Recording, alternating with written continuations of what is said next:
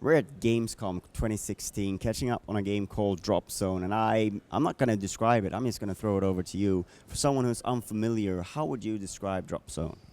So DropZone is really the game that we at Sparky Pants have just always wanted to play. It combines a lot of the exciting action and combat from a MOBA with what I think of as kind of the heart and soul of an RTS. So in DropZone, you're going to be controlling 3 units at one time. Now, each one of these units, you can have completely customized them, changed up all the abilities on them. And it's really all about just scoring the most points in 15 minutes. Now, that may not sound a lot like a strategy game, but we think it makes for some really exciting head-to-head competition. Sounds very interesting. I'm going to pick up on that heart and soul part of what do you feel it is that is the heart and soul? Because I can see that could be different for different people. Sure. For me, it all comes down to the heart and soul of an RTS is that your attention is really the primary resource. There's so much going on. A lot of the game is all about deciding what am I going to focus on right now and how can I advance my strategy to win the game. So what's the significance of controlling 3 units? Why did you go for that? What's the significance of that? Well, I guess the short answer is just that that's the number that felt right for us. We tried a bunch of different squad sizes. 3 felt right, and I think there's a lot of good reasons. I think people are just good at dealing with 3 pieces of information. It taxes you, but not too much. It's kind of just right. Because it does provide you with that sort of tactical choice, the thing that you were talking about, plenty of, you cannot perhaps be 100% focused on 3 things at once for an entire game. Right, but at the same time, it's not so overwhelming that you can't keep somewhat an eye on each one of them. And by having 3, I think it really allows you to think about the entire map. I mean, that's also a hallmark of RTS, right? You can't just think about your lane. You've got to think about the entire map. And so by having 3 units under your control, you can be pressing on your opponent on multiple fronts. And that's why we give you more than 1 unit. We got free computers set up here. What's the setup in terms of player numbers and in terms of how you actually play the game in teams, etc.? Sure. So the core experience that we've been developing is focused on head-to-head 1v1 PvP action. So a lot of that is just because we wanted to get back to the days where you're responsible for the outcome of the match. If you win or lose, it's all on you, and I think that can be a lot of fun. Now here at Gamescom, we're talking about our new 2v2 mode. This is a mode where you and your buddy can get into the game. You're both controlling 3 rigs, so you end up with a 6-on-6 rig battle. It's a lot of fun. It gets pretty crazy. Interesting. Would you say that mode is a little bit more sort of casual, catering to sort of a little bit more easing you into the experience rather than the 1-to-1?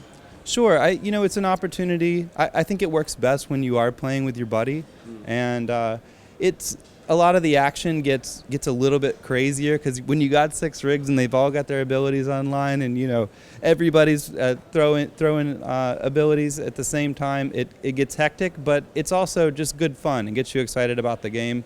Now, all of our game balance is really focused around making that 1v1 experience as good and as balanced as we possibly can. And 2v2 is a chance really just to kind of blow off steam, see a lot of explosions, maybe get with your buddy, take on the AI, maybe take on some other humans, and just have a good time with it.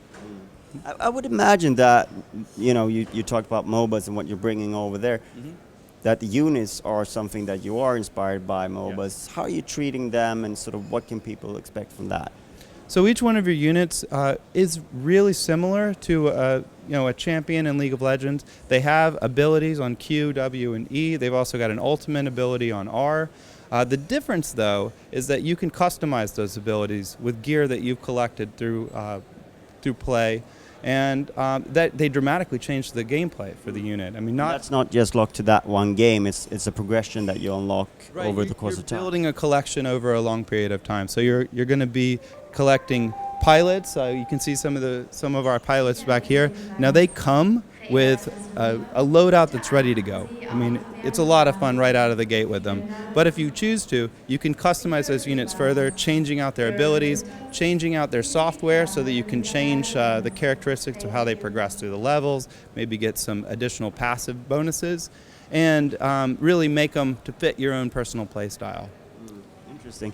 Now, something that can be a bit of a challenge in terms of a multiplayer game is, of course, the lore, the universe, and all that. But just looking at art behind us here, I can imagine that there's quite a lot of work that's gone into that and creating this fiction. What sort of setting is this? So we are on Jupiter's moon, Europa. This is an entirely new IP for us that we've built from the ground up. We've started clean slate.